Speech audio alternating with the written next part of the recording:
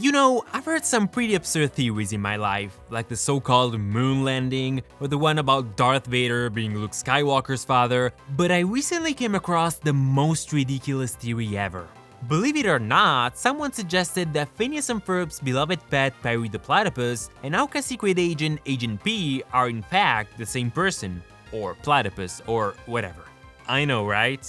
Bunkers. I mean, sure, I get that it's fun to make up some weird theory like Doof being Phineas's dad, or the whole story about Candace being crazy, hallucinating, and just imagining her brother's inventions, but this one about Perry and Agent P just goes a little bit too far. In fact, today I wanted to debunk this nonsense as it seems to be somewhat of a popular belief lately, and I'll prove to you guys that nothing could be further from the truth.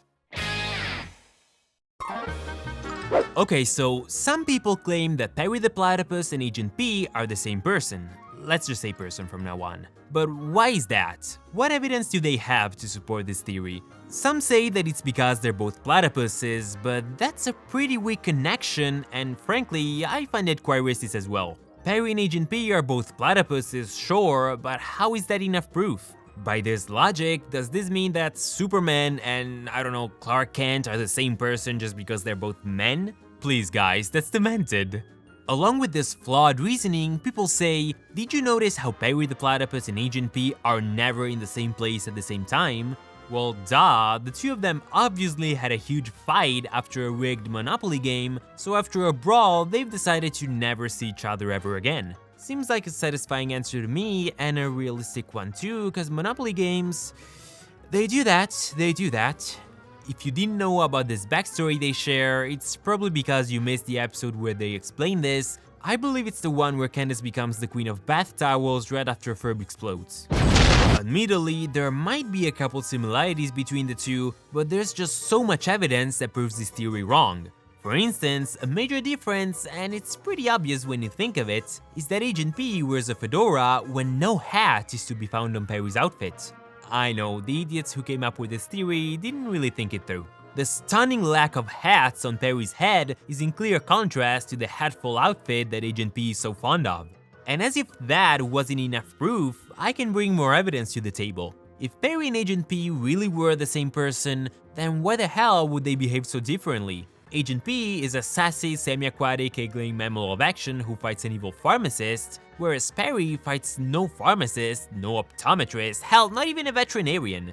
He just chills all day. Then we should point out how Perry walks on 4 legs, while Agent P stands on his hind legs only. And wait, what is that? Agent P clearly has fingers. In fact, his front paws resemble actual hands. But would you look at that, that's not the case for Phineas and Ferb's household pet Perry. Also, look at their eyes. Agent P has light brown eyes, while Perry's eyes are a much slightly darker shade of brown. That's an astonishing difference right there, and we could go on all day.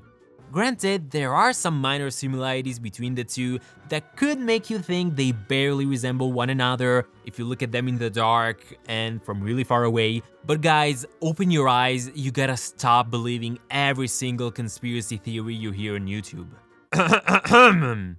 So this is why I think this theory is just insane and based on some pretty ridiculous ideas. I hope I made the whole thing clear for you, and if you're one of those idiots who believe this theory was actually true, well, don't be too hard on yourself. If this whole story taught us something, it's that we should always check our sources, and that Monopoly is a devilish and twisted game that ruins lives. So I'll see you guys next week when I'll debunk Einstein's theory of relativity. I mean, sure, now trains can explain physics. Come on, that's preposterous. Don't forget to hit the potato button, and I'll see you guys next time. Ciao!